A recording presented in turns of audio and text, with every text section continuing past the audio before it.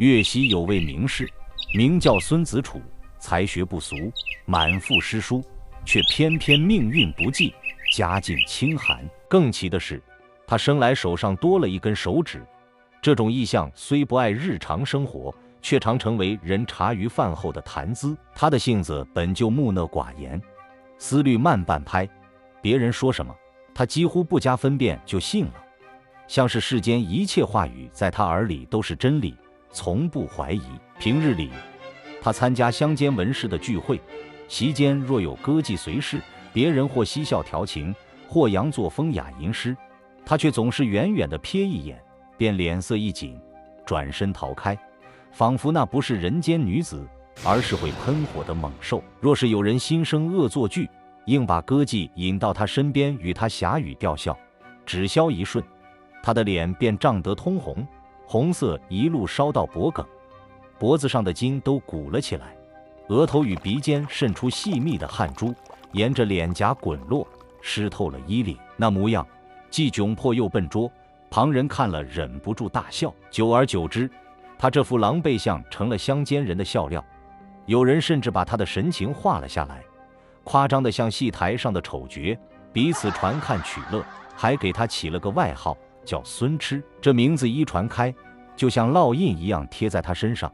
无论他走到哪里，总有人窃窃私语，指着他暗笑。同城里有位富翁，资产之厚，堪与王侯相比。这位富翁不但金银满库，还与许多权贵结亲，门下亲戚多是朝中显赫之人。他家中有一女，名叫阿宝，容貌之美几乎到了令人屏息的地步，肌肤胜雪，眉眼如画，一笑间仿佛春光乍现，让人移不开眼。这样的女子自然是千金难求的佳偶。富翁为女儿的婚事格外挑剔，每日里总要衡量门第、才学、相貌，寻觅最合适的良配。许多富家子弟闻名而来，带着厚礼求亲，可到了富翁这里，不是嫌家世不足，就是说学问才情不够，无一人能入其眼。孙子楚早年丧妻，孤身一人过日子。某日，有人心血来潮，抱着看戏的心态对他说：“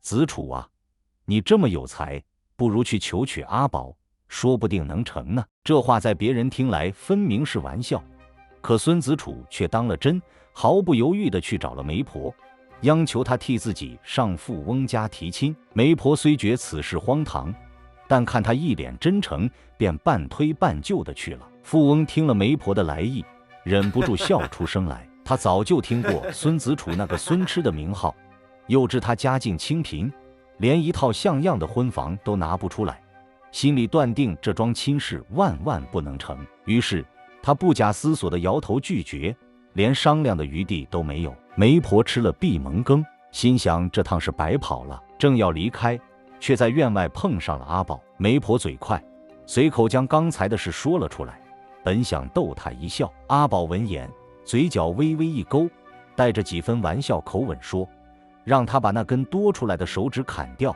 我就嫁给他。”这话原是随意而出，谁也没放在心上。媒婆回去的路上，将话一五一十地转告了孙子楚。谁知他听完后，神情极为镇定，只淡淡地说：“不难。”说完便起身回家，翻出一把锋利的斧头，毫不迟疑地伸出那只多了一根指头的手，狠狠朝关节处劈下去。咚的一声闷响，指骨断裂，鲜血瞬间喷涌而出，泼洒在地上，红得刺眼。他只觉一股钻心的痛从手心直冲脑门，眼前一黑，整个人向后倒去，血腥味在屋里弥漫开来，地板上很快渗出一滩鲜红。若不是邻居听到声音冲进来，匆忙替他包扎止血，他恐怕当场便没了命。这一伤躺了好几天，他才勉强能下床行走。虽然伤口还在隐隐作痛，但他心里惦记着这件事，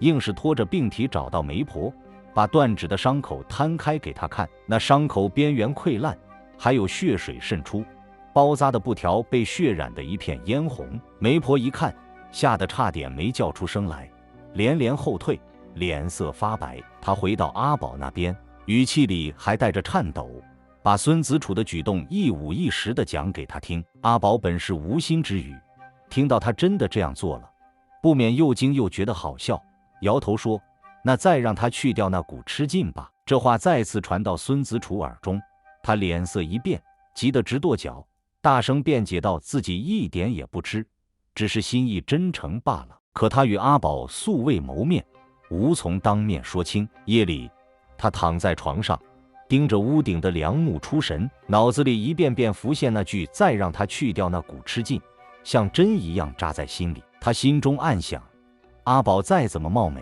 也不过是凡间女子，凭什么摆出这么高的姿态？这股冷意才刚冒出来，又被另一股好奇压了下去。这样的女子，究竟长成什么模样，竟能让人一再为她说的玩笑话付出真伤？他翻来覆去，无法成眠，心中既有一丝被轻视的怨气，又忍不住想见她一面，哪怕只是一眼。那份好奇与执念，就像暗流，悄悄在他心底盘旋，等待着下一次推门而入的机会。清明时节，城里的天气已经透着一丝湿润的暖意。依着当地的风俗，这一天女子们会盛装出门踏青，或扫墓祭祖，或结伴郊游，既是节令的应景之举，也是年轻人相互观赏、暗暗较量容姿的时候。街道两旁树影婆娑，花色点点，走过的女子无不穿着鲜亮，发髻上插着新采的花朵，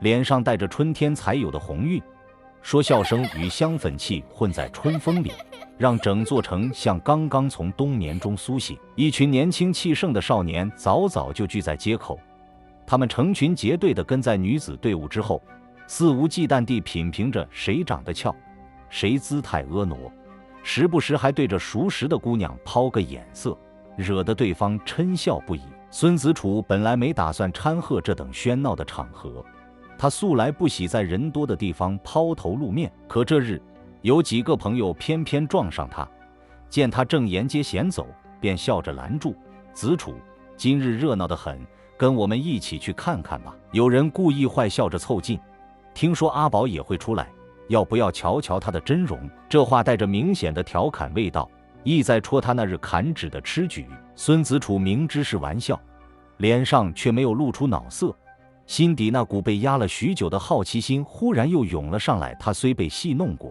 但心中始终存着想见他一面的念头。终究他还是点了头，硬着头皮跟着去了。一路上随着人潮往前，笑语、叫卖声、马蹄声混杂一片。走过几条巷子后，忽听前头一阵骚动，有人高声喊：“快看，那边树下坐着的就是阿宝！”孙子楚循声望去，只见不远处一株高大的槐树下，立着一位身姿纤巧的女子，头戴银簪，发丝乌亮如漆，衬得肤色愈发洁白。她正半倚着树干休息，神情淡然，眉眼间带着不经意的韵致，仿佛周遭的喧闹都与他无关。四周的少年们将他围得水泄不通，指指点点，低声赞叹着。他定睛一看，心头一震，果然是阿宝。那张脸比他想象的还要清丽脱俗，五官精致的近乎挑不出瑕疵，眼神清澈而含着光彩，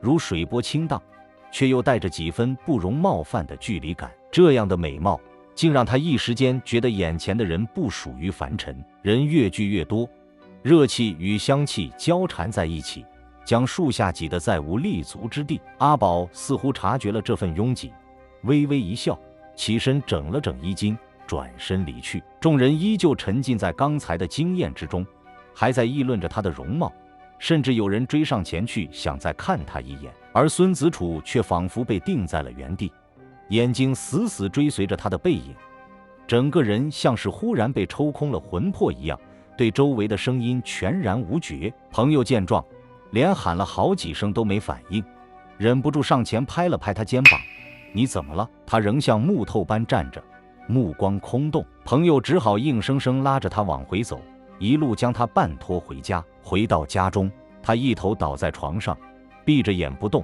呼吸平稳，却全无反应，任凭家人怎么喊也不睁眼，像是陷入一场沉重的梦境。如此连续3天，他都未曾醒转，家里人急得团团转。有人猜测他是被吓坏了，也有人断定这是失魂的征兆，赶忙请来巫师到野外招魂。可无论巫师怎么施法做法，情况全无好转。第3天，他在半梦半醒间，迷迷糊糊地吐出一句：“我在阿宝家。”原来在槐树下那一刻，他看着阿宝离去，心里生出一股强烈的不舍，仿佛有一条看不见的线牵引着自己，整个魂魄便离了身，随着他一路走回了他的家。从那时起，他的魂就依附在他身边，不论他坐他走，他都如影随形。夜里，他甚至与他耳语相对，感觉到彼此的气息。只是魂离了体，渐渐感到饥饿，想回家，却像迷失在无边的雾里，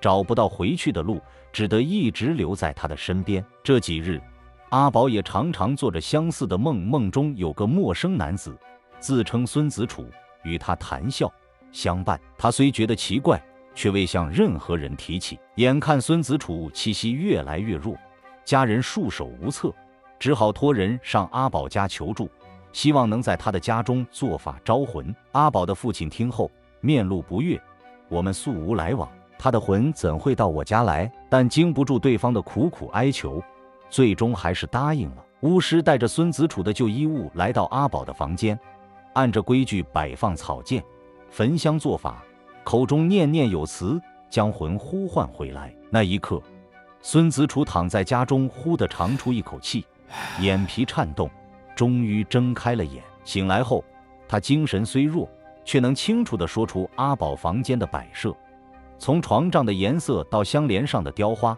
无一不准，连放在角落的小件首饰都能形容出形状与颜色，丝毫不差。阿宝听说后，心中不免微微一震，这份情谊与执念，纵然带着几分痴傻，却真切的几乎有些可怕。他没对旁人多说，只是在心里对这个名叫孙子楚的男子多了几分不易察觉的在意。孙子楚自从那次在水月寺见过阿宝之后，魂魄就像被勾了去似的，再也收不回来。醒来后虽然人已无恙，可心思全飘在他身上，做什么都提不起精神，吃饭也心不在焉。听人说浴佛节这天，阿宝会亲自去水月寺上香祈福，他心里一阵翻涌，天还没亮便起了身，草草吃了口早饭，就守在寺前的道路旁。晨光渐渐熹微，来往香客络绎不绝，他的目光却始终盯着那条通向城东的官道。时间一点点过去，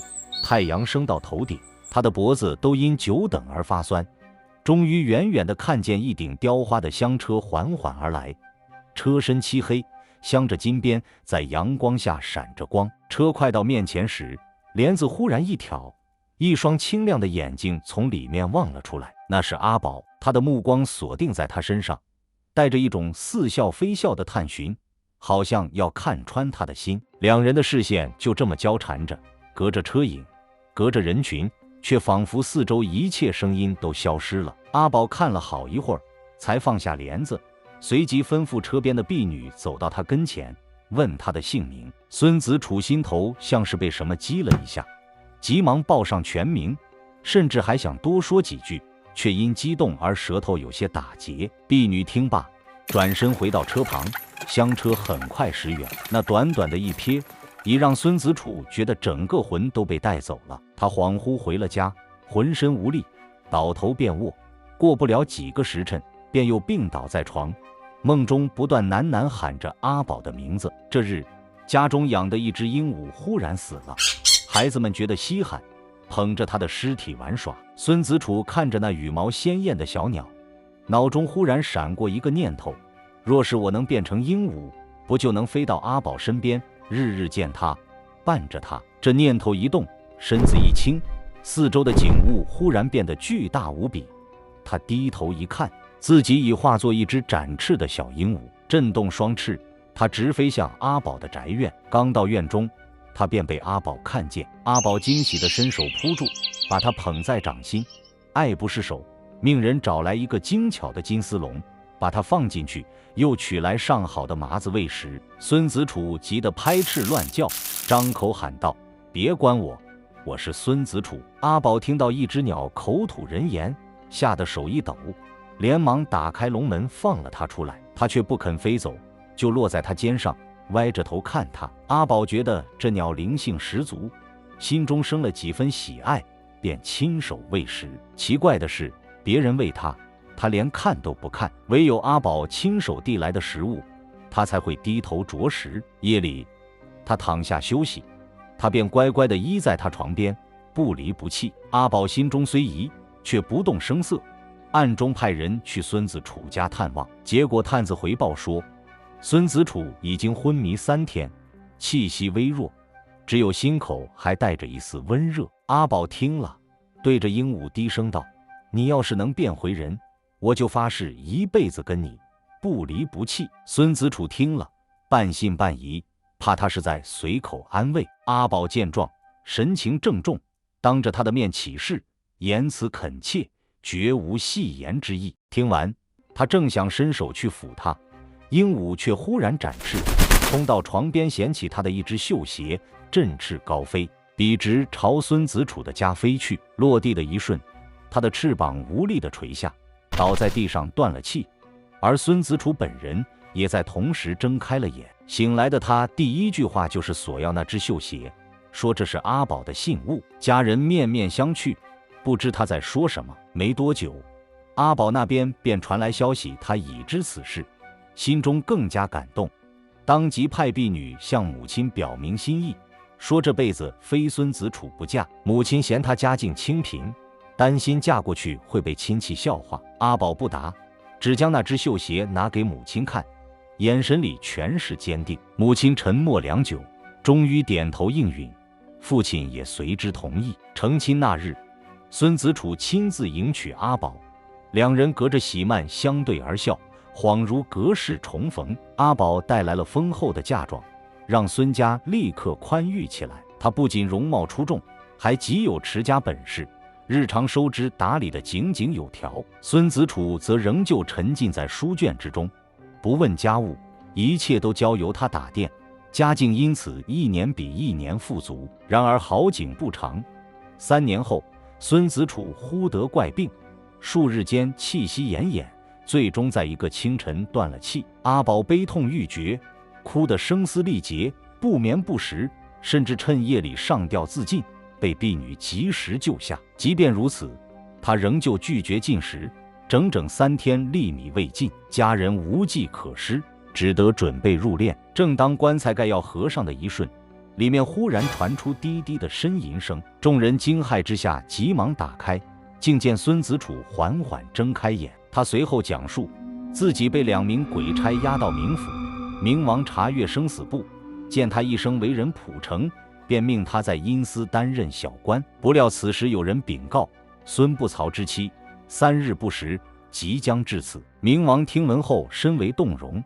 叹道：“感念汝妻节义，孤赐再生。”遂命鬼差送他回阳间。此后不久，正逢科举大考，几名年轻士子心怀嘲弄，特意挑了7道生僻古怪的题目告诉他，说这是考官的暗示，劝他日夜苦思。孙子楚信以为真，埋首苦读，将7题的文章琢磨得炉火纯青。到了考场，主考官为防止抄袭，临时改题，题目竟全是那7道。孙子楚胸有成竹，挥毫而就，文章精妙，才思横溢，一举夺魁，成为状元。次年，他又顺利考中进士，进入翰林院为官。皇帝听闻他的故事，觉得异常有趣，特地召见了他与阿宝，见2人情深意笃，赏赐良多，并命人记录此事，以为佳话流传。